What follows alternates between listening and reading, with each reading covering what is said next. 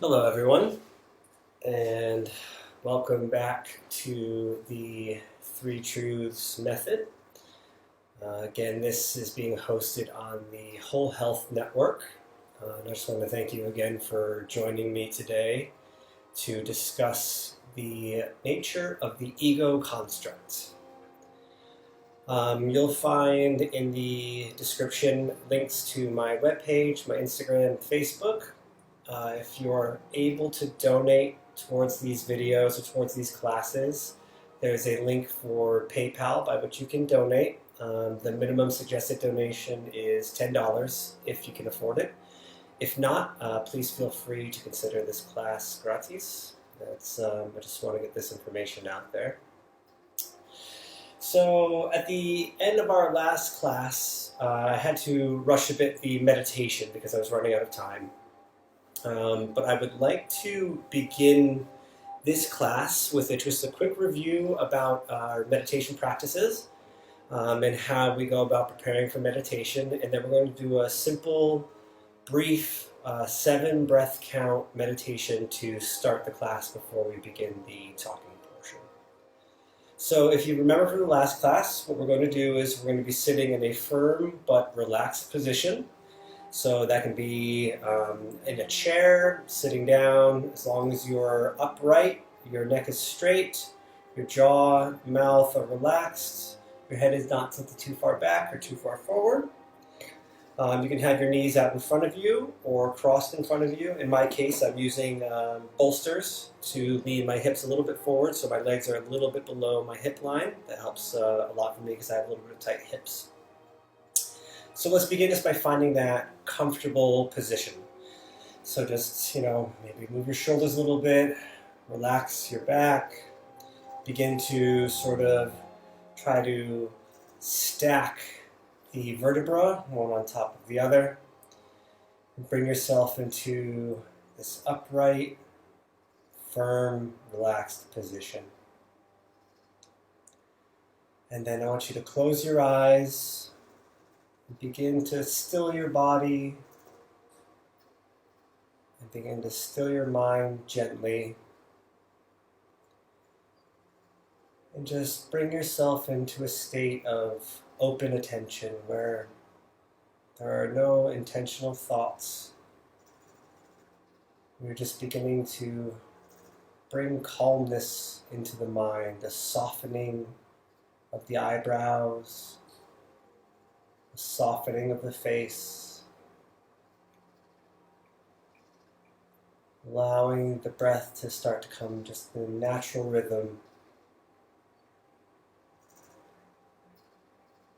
And then we're going to just take our attention, the mind's attention, and focus it into the middle of the chest, sort of the center of the sternum. And for some of you, it might be helpful just to place a finger or two on that area and gently rub for maybe 4 or 5 seconds, just to get a note in your body memory of where that space is. So just bring your attention down to the center of the chest.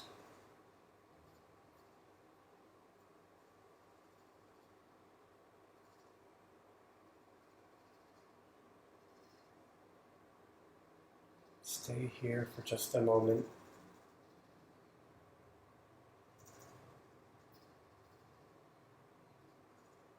And then what we're going to do together is the 7 breath count.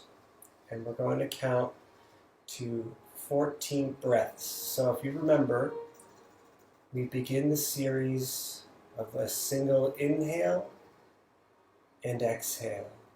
And that counts as 1 breath. So we will do 7 consecutive breaths. And then we will come back to 1. And we will do 14 consecutive breaths. And then we will come back to stillness. And then we're now going to begin with the first inhalation in our series of 7. We begin.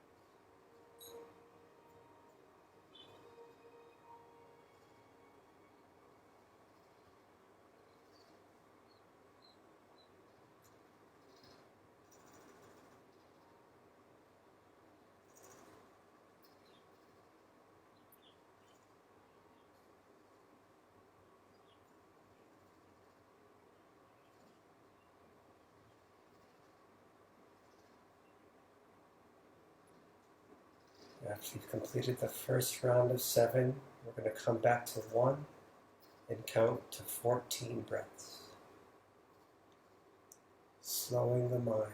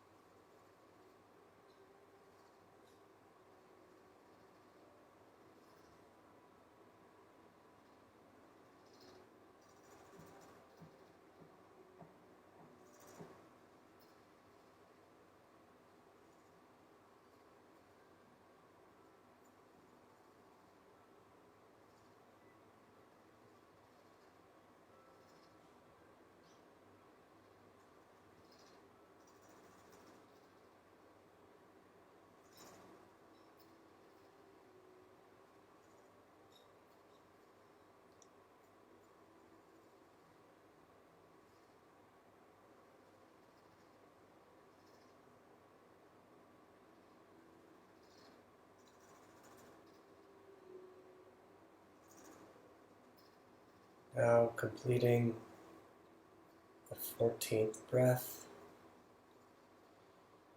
stay in this space of open attention and relaxation and calmness of the mind.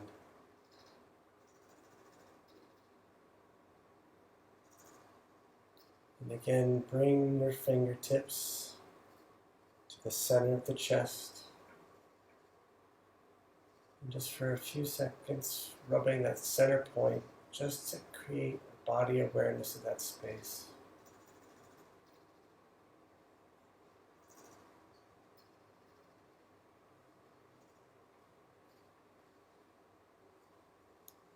Now slowly open your eyes and come back. Gently move your body.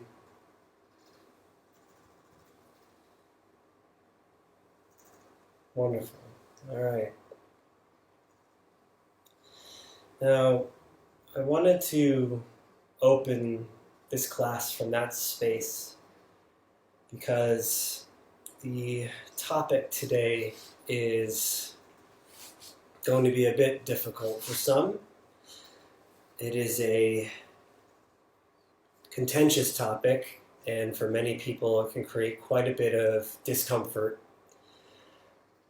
because I'm going to be asking you questions and making drawing out some analogies and thoughts and positions that challenge the ego very directly. And for those of us who have not done much work concerning separating the idea of ego, beliefs, thoughts, ideas, and opinions from that space of just simple awareness in the body, there still might be a strong enmeshment here. So I just want to give a heads up that some of this stuff might be difficult to swallow at first.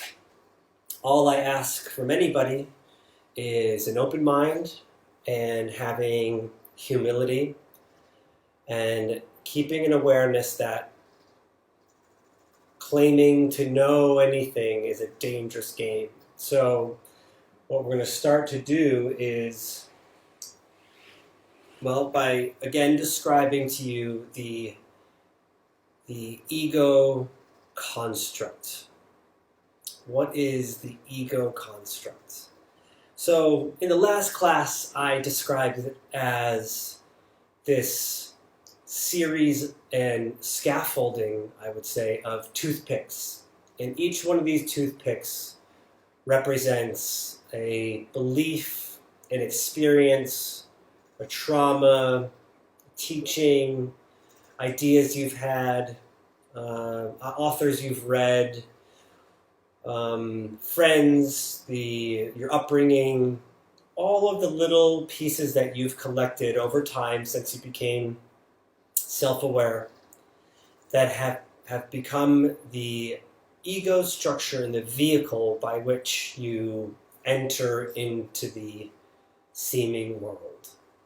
And for the most part, everyone has done this to some extent. So what you really have, in a certain way, if you haven't done the work, is you have these sort of ego stick people that are interacting about ego stick things. And the world they've created is a world that caters to the ego stick people population. And this is what we call, to a certain extent, waking reality. This is how we wake up every day. This is when we get out of our beds and get dressed to do whatever it is to do, going to work, or to do our hobbies, or to spend time with our families. We wake up in this stick people, this ego construct orientation, and we live our whole day that way, and then we go to bed, and we do it again, and again, and again, until we die.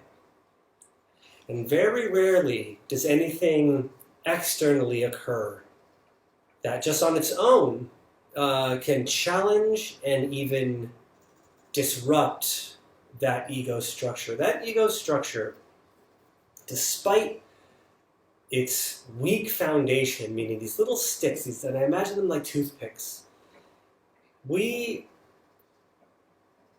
commit a massive amount of our subconscious and unconscious, and in some cases conscious energies towards supporting that structure.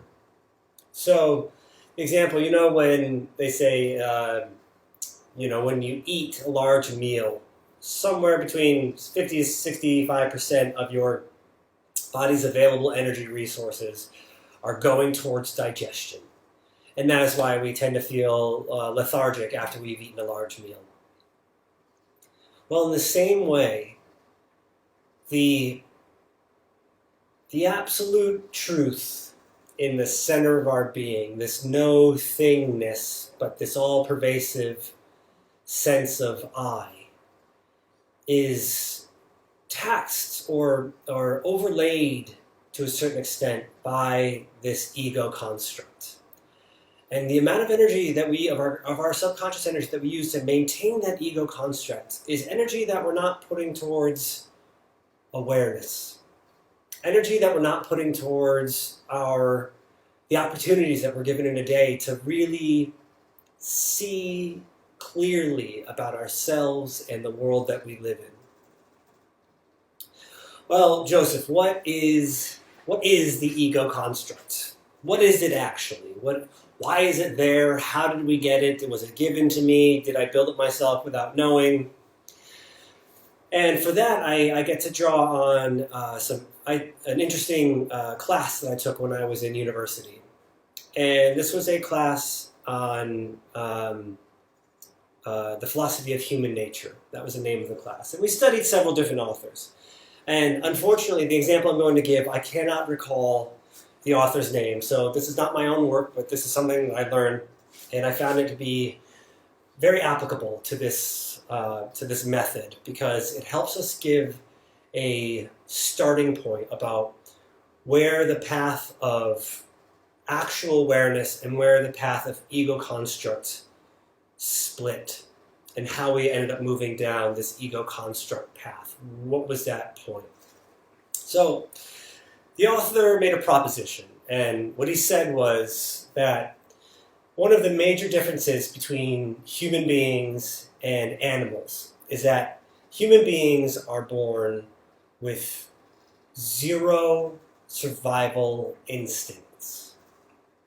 Now, of course, this can be argued, and if you've studied this field, you may have information I don't have. I'm just positing what this man had proposed.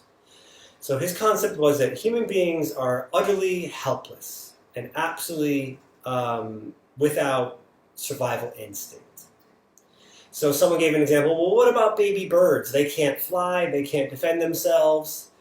And to that he countered, he said, well, even a baby bird, fresh out of the shell, sitting in its little nest, and all the little birds peeping for its mother, looking for, and asking for food.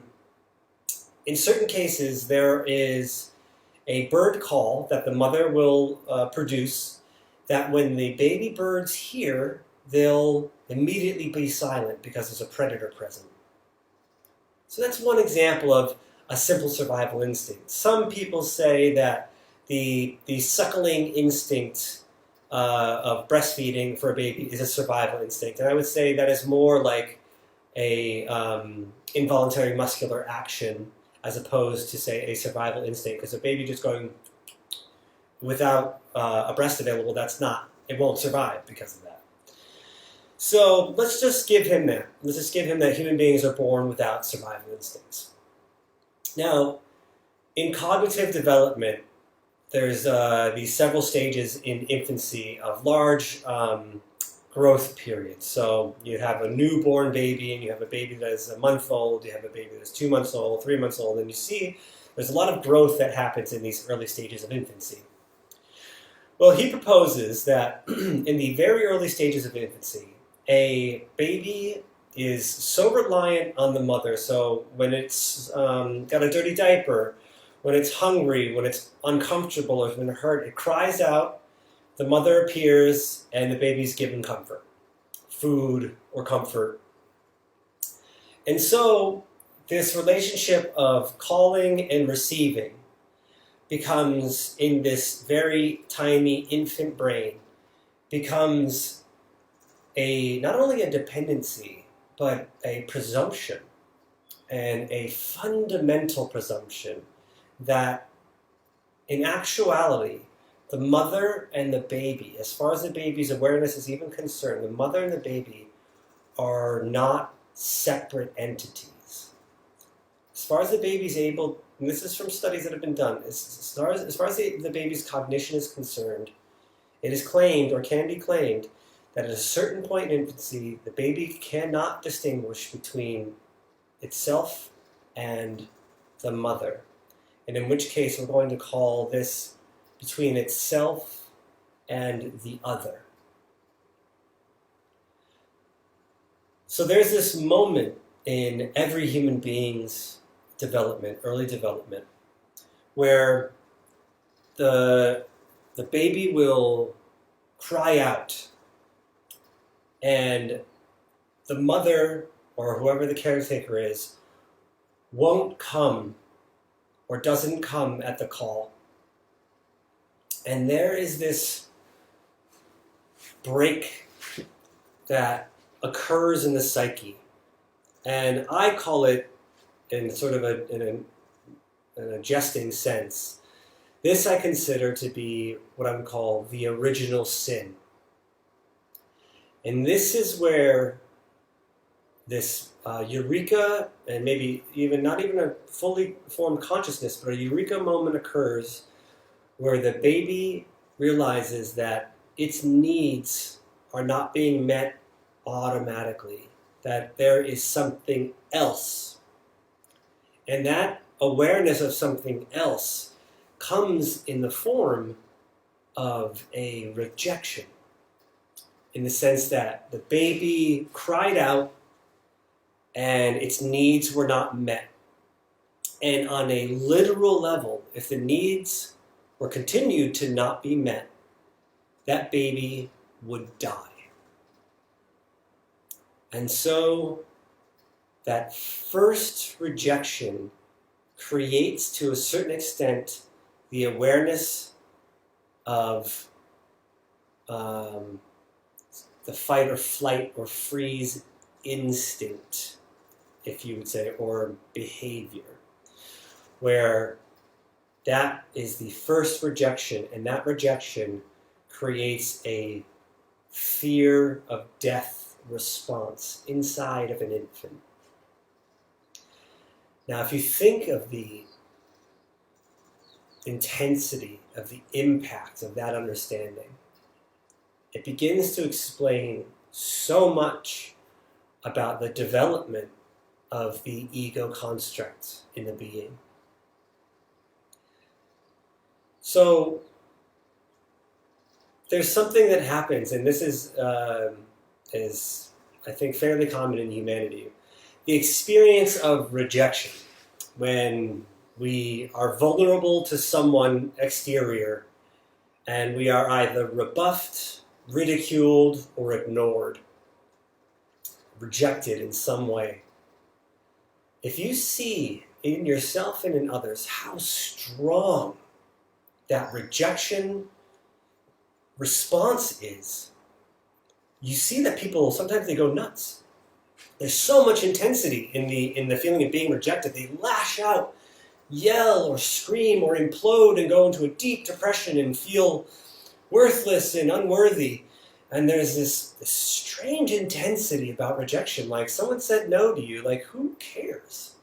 Like, why is that a big deal? And we realize it's a big deal because what it does is it brings us straight back to that fight or flight, fear of death response from our infancy. And that is a scary feeling for most people, especially people who haven't done any work with death at all. Much less having it be such a deep trauma that it's so deep in your psyche that it reverts to helplessness of an infant, thinking on some cognitive level that it's going to die because it's being rejected. Just think of how deep that goes. So this is why I refer to that as the original sin, because it is from this fear rejection that we begin clearing the space to build the ego construct, which is built from fear to avoid truth. That truth, in my opinion, is death. And we build this ego structure, and I described it before as a scaffolding, because we're built up right by it, and we define ourselves by it, and it interacts with the world. But in truth, it is not so much a scaffolding as it is a cage. And the ego construct itself is a cage that our awareness of truth is trapped behind in the conscious, on the conscious level, because the ego operates within the conscious realm, the interactive realm.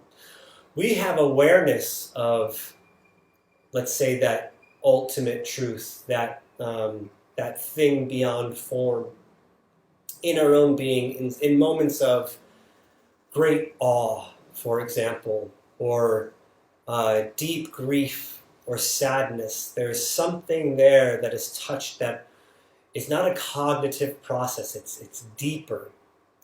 And so the thing is, this cage that we've built is not capable of fully cutting us off from ourselves, but it does a hell of a job on the conscious level of avoiding any ability to access that part of our being with conscious intent.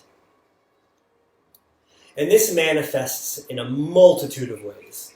There are several ways by which we use the ego construct to avoid facing potential ideas or potential truths that would undermine or destroy our particular ego construct or some portion of our ego construct. And I'm going to say something that is going to be a little bit crude, but I think it's true. Most people who believe they have overcome their ego or have done enough work where now they know are completely full of shit. And I say this because you see in the people who make claim of certain levels of awareness, calling themselves woke or saying, I have completed this many courses, I have sat for this many hours of meditation, I have done this much yoga, I have this guru, and he said if I do this many mantras, then I will become enlightened. As if wakefulness or enlightenment was just a matter of checking things off of a list and then handing it in and then being given a certificate. It's ridiculous. And I think that in many circles, that is considered an actual idea. It reminds me of indulgences in the old Catholic Church during the times of Martin Luther, where he created Protestantism because he found it absolutely ridiculous that the church was selling pieces of paper to the poor, telling them that indulgences, that with this ticket you will go to heaven because you've paid the church tithings, and you'll go to heaven because you have this piece of paper. That is the same level of ridiculousness to me that any person who says, by doing these things and having completed them, that I can consider myself to be above average aware, awakened, or enlightened. It's bullshit. And I hope that sits well with you and you can see how checklists have nothing to do with awareness.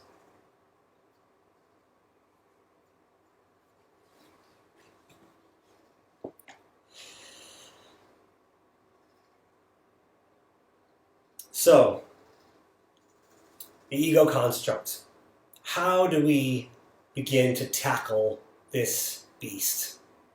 This living, breathing me that I have built for however many years. How do I even begin to deconstruct myself? That is a good question, but it must be done. If you have any interest in your own cognitive and conscious evolution, it must be done. And there are ways to do it, and we're going to be discussing some of them. So, first of all, the ego construct. We can talk about this as a sense of either me, which is one way I like to put it, the me that is separate from the I. The I being that absolute truth that is both within and beyond my own being as me. So I call it sometimes the little self as well. And the first thing to do is name it. To name it for what it is. And say to myself, I have an ego. And I have an ego construct built from my experiences and beliefs that I have been putting together for my entire life. If I have responses to rejection, if I have responses to my ego, say, there's this example of people where if you explain something to somebody and they already know it, and say you're not rushed for time, and they're like, yeah, look, I know about that already. I know, you don't need to explain it. That's one good example of an ego response. It's something that says, look, I'm not I'm not as dumb as you think I am. In fact, I'm probably smarter than you. I don't need you to explain to me something that I already know. And you want them to know that you know. It's important to you that they know that you know already. You've already got it. Those types of needs to be perceived in a certain way, the need to be validated or approved of. Oftentimes people will say, hey, what do you think of this, or this that I did, said, or made? And the response is negative, and they become angry. They created an invitation for criticism, or at least constructive criticism. And they pretend, oh, cool, yeah, thank you for your feedback. And they go home and they're like, wow, Billy's a real jerk. Like, did you hear what he said about my painting? This type of false sense of desire for truth, this reactivity, all stems from that very present and very powerful ego construct. And we tell ourselves that it's not there, or we love to tell ourselves that it's not there. We find ourselves, if we're in a space of feast or famine, when things are good and they're easy, sure, I'm generous, and sure, I'm open-handed, and sure, I'm open-minded, and sure, yeah, that's great. But when things get tight in our beings, we find ourselves things like jealousy. People have things that we don't have, or have an easier time than we are with other things, or have more money than we do, or, you're going through a hard time and they have good news. A lot of people actually cannot feel compersion for other people's good fortune, regardless of their own state. People that are incapable of feeling happy for someone else unless they have equal or more than that person, you can be sure you are living fully out of your ego construct. The other side of that is this flippant and arrogant dismissal of false ownership. So we say, hey, look, sure, to each his own, believe whatever you want to believe. And in your head you say, because it's stupid and you can do whatever you want. There's also this side of that where you're just like, cool, hey, you do you, bro, but you're an idiot. Like, we do this in ourselves all the time. We sit there and we act like, yeah, I'm totally open-minded, but really what you are is a judgmental prick. And you ask yourself, well, why? Why do I feel judgmental? Why do I have to concern myself on any level of comparison about what my experience is versus those of anyone else? What value does that have to anyone? And if you're not sharing it with other people, why does it have so much value to you? Why does it matter for you that you've got that one up on everyone else? What's important about that? Where does that place you in the world? Well, you've either created an imaginary hierarchy in your own being that, yep, this is my belief structure, or this is my conditional structure. Only those who don't care about anything and have meditated and realized that everyone else is stupid do I consider respectable in my opinion, and everyone else is kind of the sliding scale tier of, less and less respect for the people further away from what you consider to be the top of the pyramid. And we do this without even thinking. We wake up like this. We read a text from someone and we interpret it the way that we want to interpret it, even though it may not have been their intention. And when they voice their intention, and we're like, hey, I really didn't like your text. I didn't like the way that was phrased. And they're like, wow, shit, I didn't realize it. What I meant it was this. Yeah, but it made me feel this way. I need to let you know that I'm upset about that because you interpreted it as such. So what you've done is you've taken yourself and you've made yourself the standard by which all else in this existence should adhere to. And does it not, it is considered less than or outside of or worthy of judgment because of the window of you. Think about that. That is the ego construct crystallized in the most perfect example I can give you, through and through, that the world enters into your being through your construct, and anything that you decide is or is not, believe or believe not, is your decision alone. That structure must be obliterated.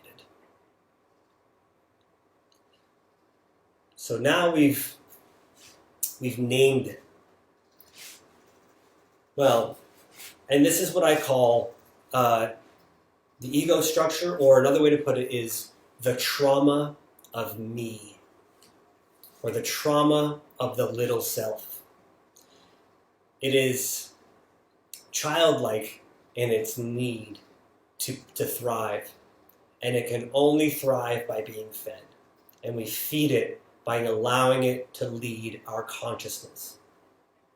Well, how do we begin to starve the ego, the ego construct?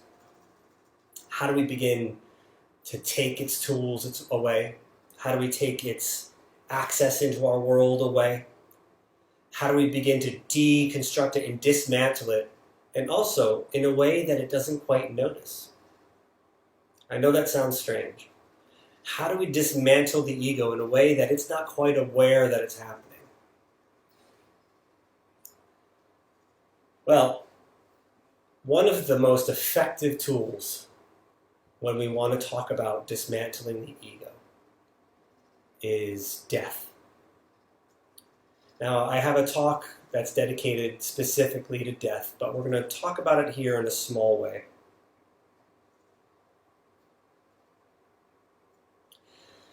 So, imagine a cartoon character, okay? So, you got your illustrator, you got your guy or girl, and he is or she is drawing a cartoon character, okay? So it's got legs, arms, a face, pretty clothes. We put a pair of pants on this one. Okay, it's got those white glove things like that Mickey Mouse style. All right, now we have this cartoon character. And by magic, we breathe life into this character. And there it is, alive on the page, capable of thinking, capable of talking, capable of moving. We draw a little landscape for it. There's a river that goes through. We've got some trees, and there's a nice little rock. And that cartoon character can roam around this little paradise all on its own. And then it begins to communicate with us, actually. We can talk, like, hey, yeah, you're a cartoon character. You live on this page. There's a tree, and there's a rock, and there's a river, and, here, let me put a smile on you. You're a happy cartoon character, and this is your life, and this is your whole thing, Just enjoy it. And then as it's going along doing its thing, master of its own little page, the illustrator decides, this cartoon is not really how I had hoped it would be. And you turn the pencil around, and you've got the eraser. And you tell the cartoon, you're like, hey, look, I have to erase you. It's time's up. This isn't how I want it to turn out, and I've got to erase you. And you start moving that eraser, and this little cartoon character knows what the eraser will do, and it's aware of itself. And you go to erase it. How do you imagine that cartoon character is going to react to that eraser? You think that character will invite the eraser? I mean, he was pretty happy.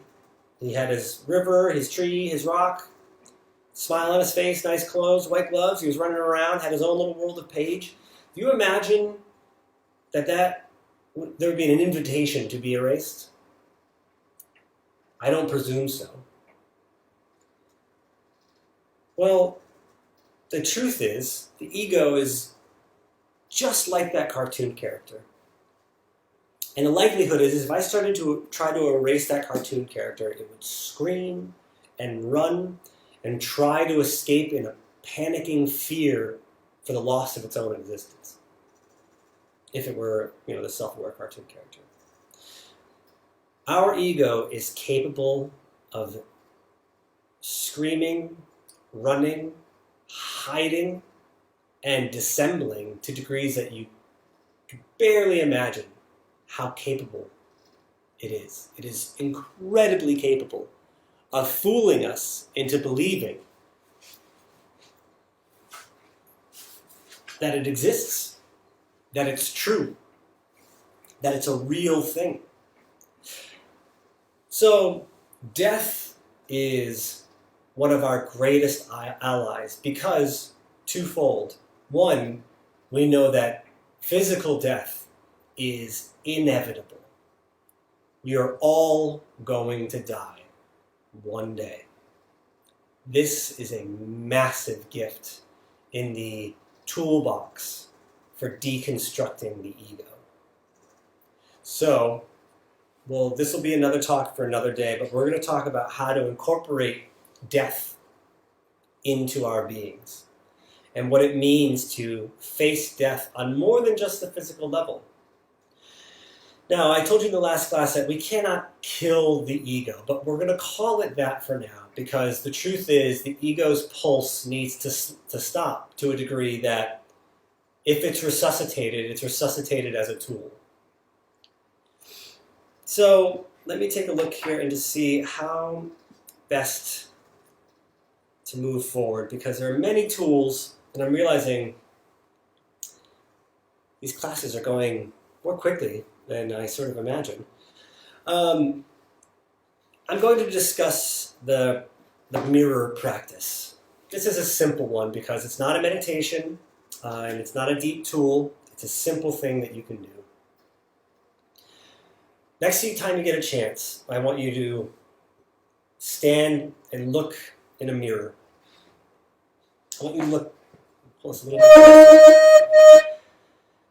I want you to look directly into the mirror. And I want you to look directly into your own eyes to start. And I want you to stay in that position and just notice yourself. Notice your features. Notice your face, notice your neck, your hair, your clothes, your ears, your eyes.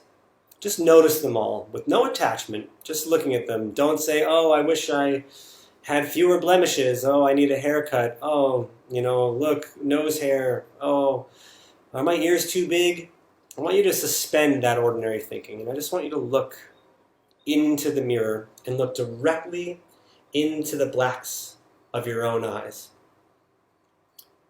And then I want you to still the thinking and just look at this being in front of you. And then, in a strange sense, I want you to start to disidentify and start to look at yourself in that mirror as if you're looking at a person across from you who is thinking their own thoughts. They're also looking back at you. And then begin to slowly disassociate from these images and begin to ask yourself or see yourself in this way, asking the question, who am I? And then bring the attention to a point where all you're feeling is a sense of witness. A sense of witness without judgment. A sense of witness without participation in the character, just witnessing it. And what you might start to feel is this slight disassociation, almost a hue where the air between you and your vision and the eyes in front of you becomes almost tangible in a sense. Almost like if it's a veil, like a thick screen upon which something's being projected. And try to stay in that state of witness consciousness, just observing, without any judgment, with a soft, gentle, open attention and open observation. Now I just want you to practice that. And what I'm trying to bring you to is to get, and it may take a few times, and just do it when you have a minute. After you wash your hands, or after you've gotten out of the shower, or if you're just getting ready for bed, give yourself 3, 4, 5 minutes to really experience that witness consciousness. Try to be in that state. And the reason we're creating this framework of perception is that this is where we start to separate the projection of the ego construct onto the world and viewing the world through a lens, without a lens, without the lens of the ego construct. And we start to see things differently. Unfortunately, we're running out of time. So join me next week for the next class. I'm going to try to reintegrate this practice that we did this time, and I want you to practice if you can in the meantime, and see if you can't induce that shimmering hue, that sort of veil experience that we just did with that mirror project, with the mirror work. See if you can induce that. And I want you to try a few times until you start to feel that slight shimmering in the air. And then once that's something you're familiarized yourself with, by the next class we'll start to talk about that and go deeper into this deconstructing the ego construct. So thank you again for joining today. It was a pleasure to be here with you all. If you would like to leave a donation, again, you can check in the description for the link. This again was hosted by the Whole Health Project. You can check out other videos on there as well. And again, if you would like to reach out to me by email, by Instagram, or on Facebook, and you'll see the links in the description. All right, thanks again, guys, and we'll see you next time.